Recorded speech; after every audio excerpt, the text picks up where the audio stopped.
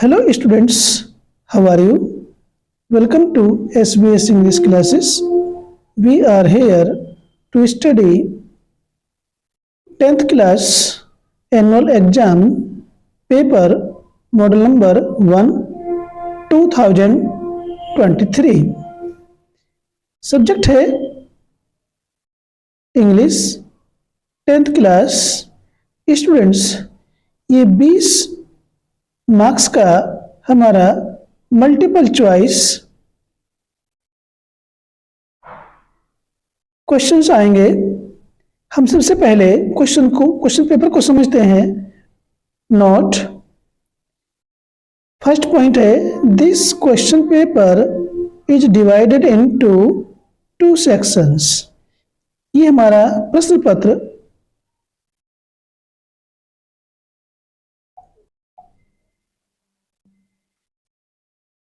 दो भागों में बटा हुआ है, 2 सेक्शन में बटा हुआ है। Section A contains multiple choice questions. Section A में हमारे बहुविकल्पीय क्वेश्चन होंगे।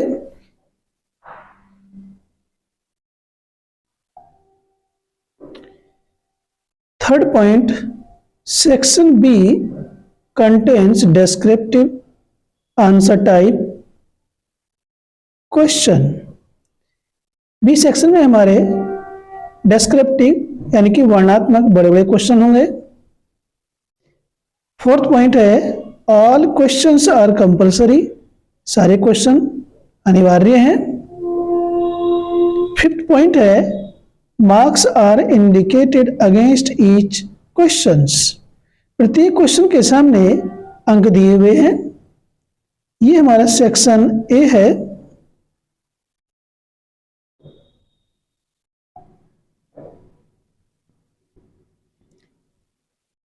सेक्शन ए में ये हमारा read the following passage carefully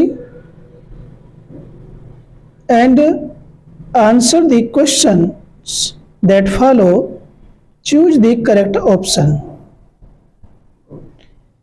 passage को सावधानी पूर्वक हमें पढ़ना है और answer the questions that follow, और जो निम्नांकित दिए हुए क्वेश्चन है उनका आंसर देना है। चूज द करेक्ट ऑप्शन, सही ऑप्शन को हमें चूज करना है। ये है हमारा क्वेश्चन नंबर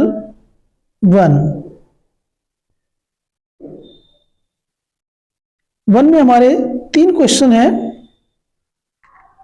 पहले हम पैसेज को पढ़ते हैं। Prevention is better than cure. Prevention कहते हैं रोकथाम, परहेज। इज बेटर अधिक अच्छा होता है, देन क्योर उपचार से। परहेज उपचार से अधिक अच्छा होता है। एंड इट इज रिकॉग्नाइज्ड, और ये समझा जाता है, ये जाना जाता है, that the only way to get rid of malaria completely. That the only way, एकमात्र तरीका, एक ढंग, टू गेट रीड ऑफ छुटकारा पाने के लिए, ऑफ मलेरिया मलेरिया से, कंप्लीटली पूर्ण रूप से। मलेरिया से पूर्ण रूप से छुटकारा पाने के लिए एकमात्र तरीका है is to get rid of mosquitoes. To get rid of means छुटकारा पाना, दी मॉस्किटोज से, मॉस्किटोज से यानी मच्छरों से छुटकारा पाना है। यदि हम मलेरिया से पूर्ण रूप से छुटकारा पाना चाहते हैं तो उसका एकमात्र तरीका है कि मच्छरों से पूर्ण रूप से छुटकारा पाया जाए। विच कॉजेज इट, जो मलेरिया को पैदा करते हैं, मलेरिया का कारण बनते हैं।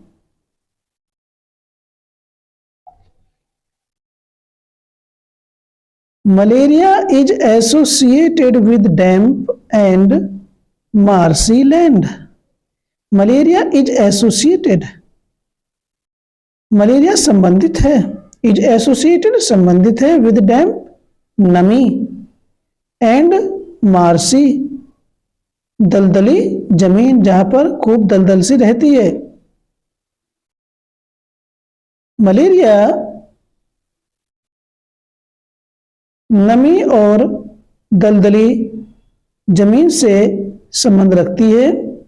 This is not because the land is damp, this is not because, ऐसा इसका कारण यह नहीं है कि जमीन भूमि तर है, नमी युक्त है, but because the standing water is the breeding place of the mosquito, but बल्कि बिकॉज क्योंकि, परंतु क्योंकि द स्टैंडिंग वाटर खड़ा हुआ पानी इज द ब्रीडिंग प्लेस प्रजनन का स्थान होता है, ब्रीडिंग प्लेस प्रजनन का स्थान होता है ऑफ द मॉस्किटो मच्छरों का, परंतु क्योंकि रुका हुआ पानी खड़ा हुआ पानी मच्छरों के प्रजनन का स्थान होता है। विच बिगिंस इट्स लाइफ, विच जो बिगिंस शुरू करता है, आरंभ करता है, इट्स लाइफ इसके जीवन को, मच्छर के जीवन को, एज लार्वा लार्वा के रूप में, लिविंग इन वाटर पानी में रहने वाले लार्वा के रूप में यह इसके जीवन को आरंभ करता है। Malaria does not frequently occur in dry desert countries, malaria does not occur, does not frequently, frequently means बहुधा या प्राय, अकर मीन्स घटित होना या होना, इन ड्राई डेजर्ट कंट्रीज, यानी मलेरिया बहुधा शुष्क देशों में सामान्य रूप से या बहुधा नहीं होता है। Because mosquitoes can not breed there, क्योंकि वहां सूखे स्थान पे मरुस्थलीय स्थान पर मच्छर कैन नॉट ब्रीड पनप नहीं सकते हैं, प्रजनन नहीं हो सकता है, इसलिए सूखे और मरुस्थलीय देशों में मलेरिया नहीं होता है, क्योंकि वहां पर मच्छर पनपते ही नहीं है। The only way to destroy mosquitoes, मच्छरों को नष्ट करने का, डिस्ट्रॉय मीन्स नष्ट करना, द ओनली वे एकमात्र ढंग या विधि या तरीका, मच्छरों को नष्ट करने का एकमात्र तरीका, इज होता है या है, टू प्रिवेंट रोकना, देयर ब्रीडिंग उनका प्रजनन, इन स्टैंडिंग वाटर खड़े पानी में या रुके हुए पानी में उनके प्रजनन को रोकना है मच्छरों को नष्ट करने का एकमात्र तरीका।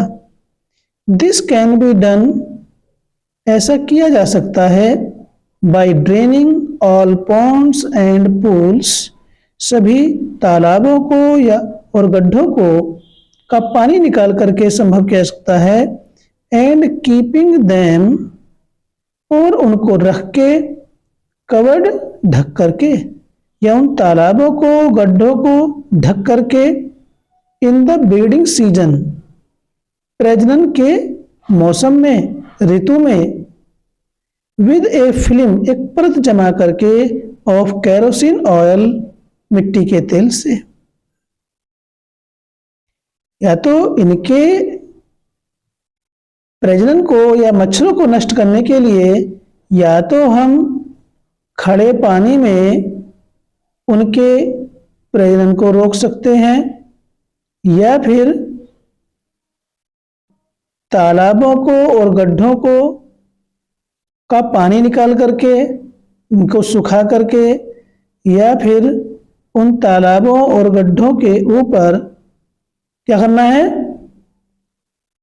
प्रजनन के मौसम में मिट्टी के तेल से एक परत सी बना करके ऐसा संभव किया जा सकता है, मच्छरों को नष्ट किया जा सकता है। Which by depriving the larva of air kills them. Which जो by depriving the larva of air, जो हवा में घूमता हुआ लार्वा होता है वह उनको मार देता है। कौन? मिट्टी के तेल की परत यदि पानी के ऊपर होती है, तालाब में या गड्ढे में, तो वह उसको मिट्टी के तेल की परत मार देती है।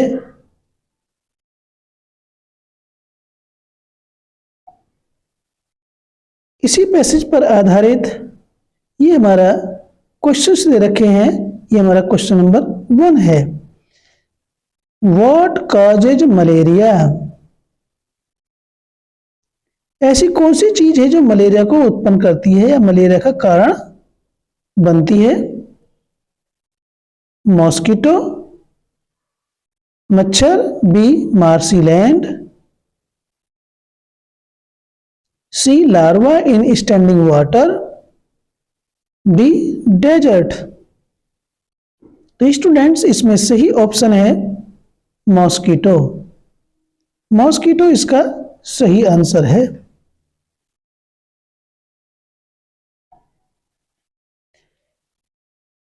Question number 2, how can we destroy mosquitoes? हम मच्छरों को किस प्रकार से नष्ट कर सकते हैं? A by stopping the breeding of mosquitoes, मच्छरों के प्रजनन को रोक करके। B by preventing their breeding in standing water. C by making the area a desert land, किसी भी क्षेत्र को मरुस्थली बना करके। D by keeping the surroundings neat and clean, अपने वातावरण को साफ सुथरा रख करके। तो स्टूडेंट्स इन 4 ऑप्शंस में से सही ऑप्शन है कि ये बी बाय प्रिवेंटिंग, रोक करके, देयर ब्रीडिंग, उनकी प्रजनन को, इन स्टैंडिंग वाटर, खड़े पानी में, रुके हुए पानी में उनके प्रजनन को रोक करके हम मच्छरों को नष्ट कर सकते हैं। Question number 3, the antonym of the word damp. Damp का मीनिंग होता है नमी या तर, गीला। तो इसका हमें एंटोनिम, विपरीत अर्थ, विलोम देना है। एंटोनिम मींस विलोम होता है। तो इसका वेट मींस गीला होता है, मॉइस्ट मींस भी गीला होता है, और ड्राई मींस सूखा होता है, डार्क मींस अंधेरा होता है। तो स्टूडेंट्स डैम्प का जो अपोजिट है वह ड्राई होगा, सूखा। गीले का विलोम सूखा।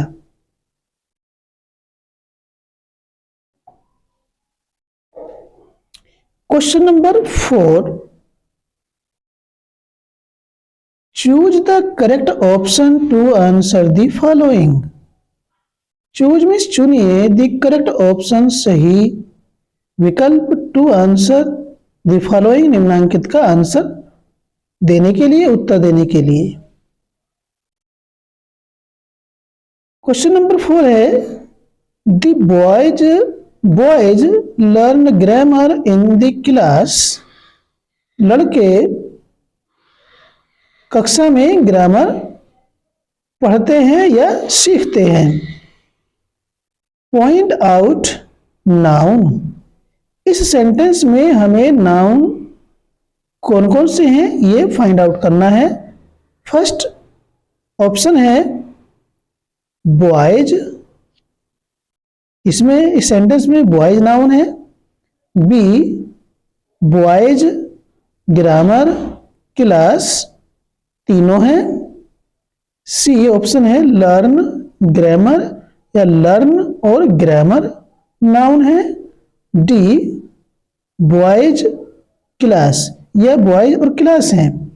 तो स्टूडेंट्स इसमें हमें जानकारी होती है पढ़ने से कि जो इसका ऑप्शन है वो बी सही है, क्योंकि इसमें बॉयज, ग्रामर और क्लास ये तीनों ही नाउन है, तो इसलिए इसका बी ऑप्शन मोस्ट सुटेबल है। Question number 5, one should do dot dot dot duty. ये इसमें ग्रामर का पोर्शन चल रहा है। इसका फर्स्ट ऑप्शन है, ए ऑप्शन है वन, यहां पर वन आएगा। B his, C the, D once. तो स्टूडेंट्स ये हमारा इंडेफिनिट प्रोनाउन है और वन का पॉजेसिव वंस होता है, हिज नहीं होता। वन तो प्रोनाउन है, दी आर्टिकल है, इसलिए इस वन का पॉजेसिव डी होगा। सही ऑप्शन डी है। क्वेश्चन नंबर 7 है, rearrange the words to make a meaningful sentence. Rearrange means पुनः क्रम में रखिए द वर्ड शब्दों को, टू मेक बनाने के लिए, ए मीनिंगफुल एक अर्थपूर्ण सेंटेंस वाक्य। एक अर्थपूर्ण सेंटेंस बनाने के लिए शब्दों को पुनः क्रम में रखिए। तो कौन कौन शब्द हैं? Others, not, laugh, we, ate, should. तो रीअरेंज करने के लिए, रीऑर्डर करने के लिए हमें सबसे पहले सब्जेक्ट देखना होता है।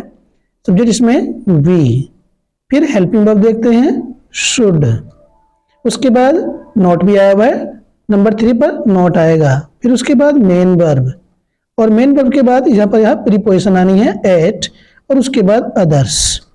तो देखते हैं कि इसमें ये चीज आ रही है। ए अदर्स नॉट लाफ, ये तो बिल्कुल भी नहीं हो सकता, कोई क्रम ही नहीं है। बी वी शुड लाफ, यहां तक तो ठीक था, लेकिन नॉट गलत स्थान पर आया हुआ है। अदर्स और एट भी गलत स्थान पर आया हुआ है। C we should not laugh at others, इसमें सब चीजें सही क्रम में रखी हुई हैं। लेकिन नंबर 4 को भी देखते हैं, डी को। लाफ यहां पर वर्ब शुरू में रखी हुई है, तो ये तो बिल्कुल हो ही नहीं सकता। तो सही ऑप्शन है वी, सब्जेक्ट है, should helping verb, not adverb है ऑफ निगेशन, लाफ एट ये बिल्कुल सही है। तो सही ऑप्शन है सी।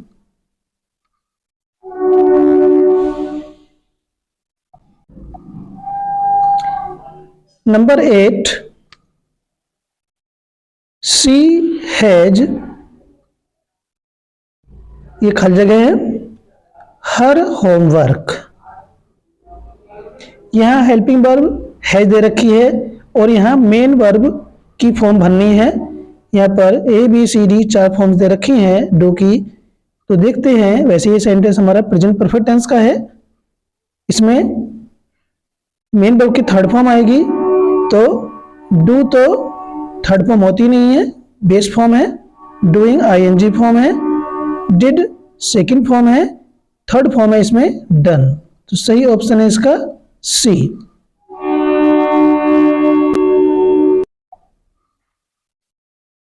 क्वेश्चन नंबर 9, ये हमारी जो टेक्स्ट बुक है प्रोज उसका है।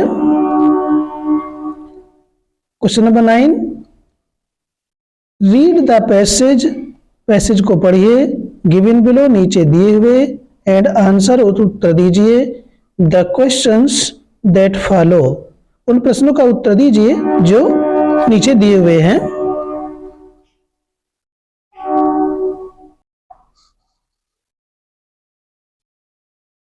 On the lovely autumn day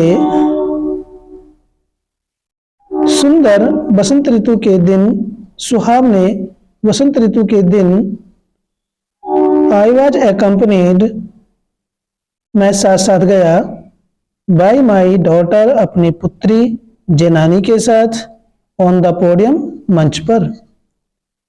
mister de Clark was first, mister de Clark सर्वप्रथम, मिस्टर डी क्लार्क ने सर्वप्रथम sworn in, शपथ ली, एज सेकेंड डिप्टी प्रेसिडेंट, द्वितीय उप राष्ट्रपति की, देन थैबो मबैकी, उसके पश्चात थैबो मबैकी ने वाज sworn in, उसके पश्चात थैबो मबैकी को शपथ दिलाई गई, एज फर्स्ट डेप्यूटी प्रेसिडेंट, प्रथम उपराष्ट्रपति के रूप में, when it was my turn, जब मेरी बारी आई, मेरा क्रम आया, नंबर आया, तो आई pledged to obey, I pledged मैंने सौगंध ली, टू ओबे पालन करने की, एंड अपहोल्ड और बनाए रखने की, द कॉन्स्टिट्यूशन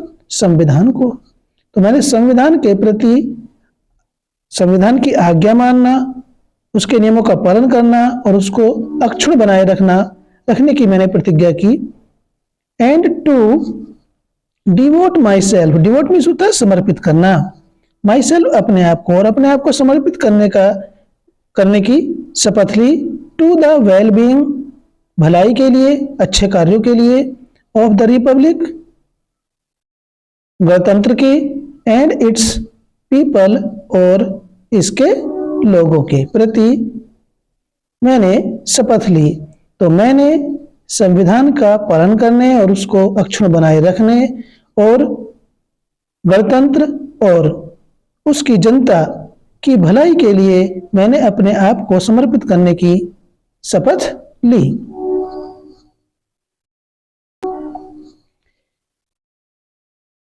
नंबर 9 क्वेश्चन है, हु वाज sworn in, किसको शपथ दिलाई गई, एज फर्स्ट डेप्यूटी प्रेसिडेंट, प्रथम उपराष्ट्रपति के रूप में किसको शपथ दिलाई गई, ए थैबो मबैकी, बी ओलिवर टेम्बो, सी यूसुफ डैडू, डी चीफ लुथुली। तो इसमें जो प्रथम उपराष्ट्रपति के रूप में शपथ दिलाई गई वो है थैबो मबैकी ए।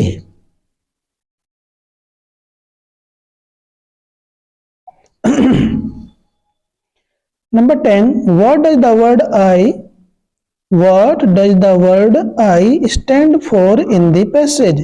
इस पैसेज में I जो वर्ड है वह किसके लिए प्रयोग किया गया है या इसका क्या अर्थ है, किसकी ओर संकेत करता है, A Nelson Mandela, B mister de Klerk, C both A and B, D none.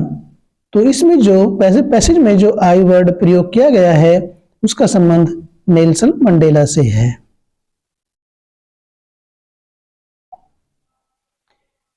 Question number 11 से 13 तक, based on your understanding of the prose lessons, जो प्रोज के लेसन हैं उन पर आधारित ये बोध प्रश्न है।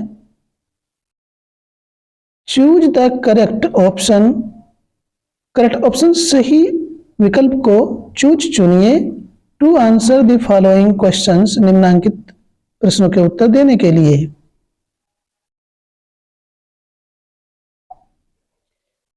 तो क्वेश्चन नंबर 11 है, it was impossible for him to gather the 100 pesos। It was impossible, ये असंभव था, फॉर हिम उसके लिए, टुगेदर एकत्रित करना, टुगेदर एक साथ, दी 100 pesos 100 pesos, 100 pesos को एक साथ एकत्रित करना उसके लिए असंभव था।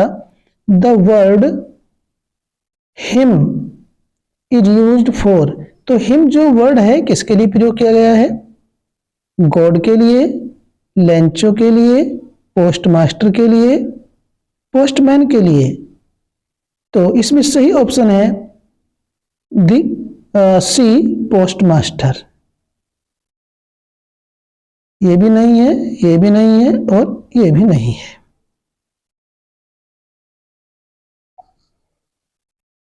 Number 12, the diary of Anne Frank was published in. Anne Frank की जो डायरी है वो प्रकाशित हुई कौन से सन में हुई?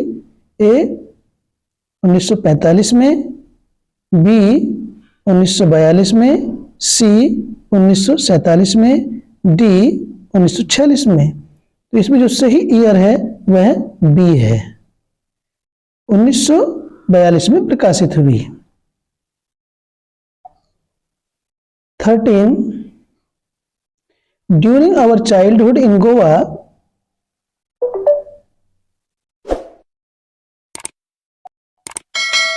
The baker used to be. हमारे बचपन के दौरान गोवा में बेकर्स होते थे।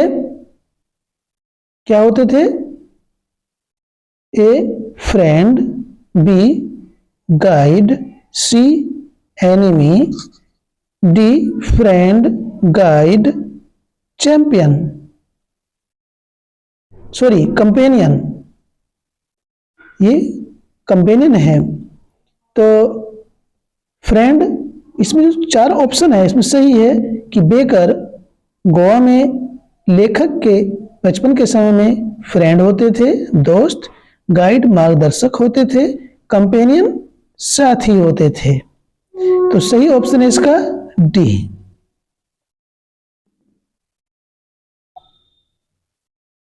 Question number 14,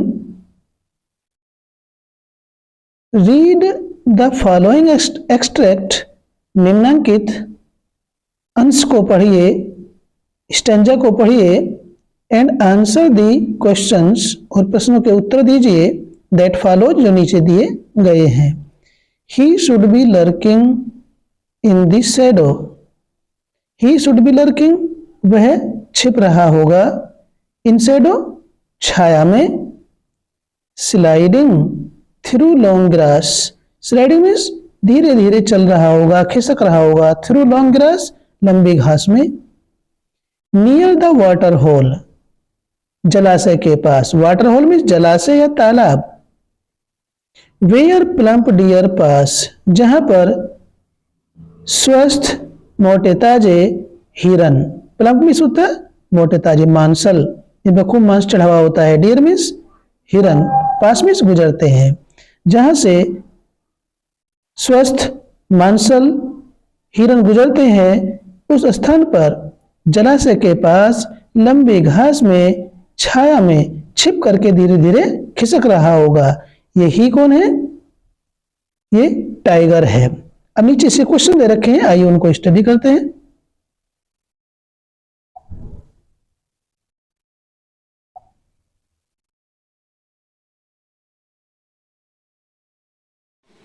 Who does he refer to?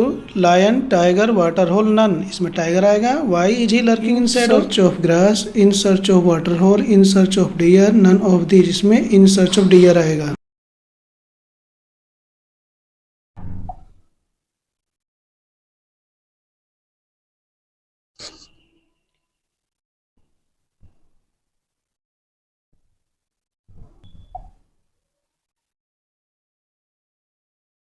Next question है 16 to 20। Based on your understanding of the lesson in the book footprints without feet. Footprints without feet नाम की जो बुक है, जिसे सप्लीमेंट्री रीडर भी कहा जाता है, उसके लेसन पर आधारित, बेस्ड ऑन आधारित, योर ऑन योर अंडरस्टैंडिंग, आपकी जो बोध है, उन प्रश्नों को पूछा गया है। बोध प्रश्न। चूज द करेक्ट ऑप्शन, सही ऑप्शन को चुनिए, to answer the following questions, निम्नांकित प्रश्नों के उत्तर देने के लिए। 16 है हॉजकिन वाज, हॉजकिन कौन था? सप्लीमेंट्री रीडर में किस लेसन के अंदर हॉजकिन आया है और वो क्या था? A doctor, B gardener, C plumber, D blacksmith. Doctor तो जानते ही हैं आप, गार्डनर माली को कहते हैं,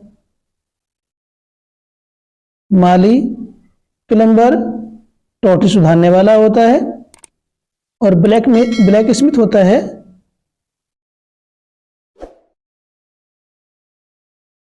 लोहार। तो हॉजकिन माली था, मिसेस पंफरी का माली था।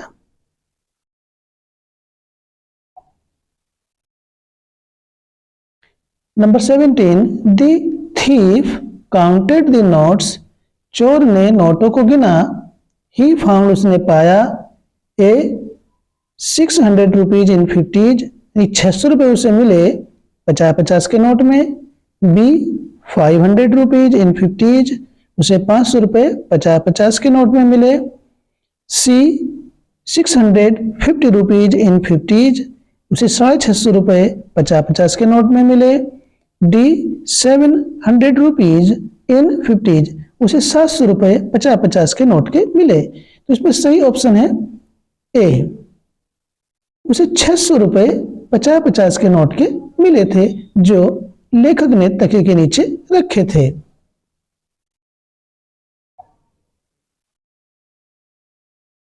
Number 18, what type of man was Griffin, Griffin किस प्रकार का व्यक्ति था? ए लॉलेस पर्सन, गैर कानूनी व्यक्ति, बी ब्रिलियंट साइंटिस्ट, मेधावी वैज्ञानिक, सी बोथ ए एंड बी, यानी कि वो ए भी था और बी भी था, गैर कानूनी व्यक्ति भी था और मेधावी भी था। डी लैंडलॉर्ड, मालिक था उस सराय का। तो स्टूडेंट इसमें जो सही ऑप्शन है वो सी है।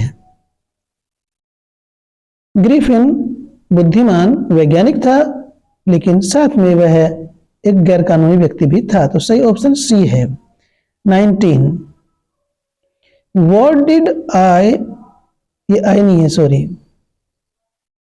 What did a bright start collecting in childhood, बचपन में एब्राइट ने क्या चीजें स्टार्ट कलेक्टिंग, एकत्रित करनी शुरू कर दी थी? A rocks, B butterflies, C coins, D all of the above. तो स्टूडेंट्स इसमें एब्राइट ने रॉक्स, बटरफ्लाइज, कॉइन्स इन तीनों का अपने बचपन में ही एकत्रीकरण करना शुरू कर दिया था, तो सही ऑप्शन इसका डी है, सही ऑप्शन डी है। Number 20, topic of Ebright theory, Ebright's theory was, Ebright की थ्योरी का क्या विषय था? ए हाउ मोशन वर्क्स, गति किस प्रकार से कार्य करती है। बी हाउ सेल्स वर्क, कोशिकाएं किस प्रकार से कार्य करती हैं। See how the digestion work, पाचन किस प्रकार से कार्य करता है। डी ऑल ऑफ दीज, ये सब चीजें। तो इसका सही ऑप्शन है ऑल ऑफ दीज, यानी कि ये सब चीज, इन सब चीजों के बारे में एब्राइट्स की थ्योरी का विषय था, ये सब चीजें उसका विषय था। तो ये थे 20 नंबर के वो क्वेश्चंस जो शुरू में आते हैं, ये करने ही होते हैं और इन्हें OMR सीट पर भरना होता है। हम इसको आपको OMR सीट पर भी भरना बताएंगे। वीडियो अच्छा लगा तो लाइक करें, चैनल पर पहली बार आए हैं तो चैनल को सब्सक्राइब भी करें और शेयर भी करें। फिर मिलते हैं एक नई वीडियो के साथ। Till then take care, bye bye.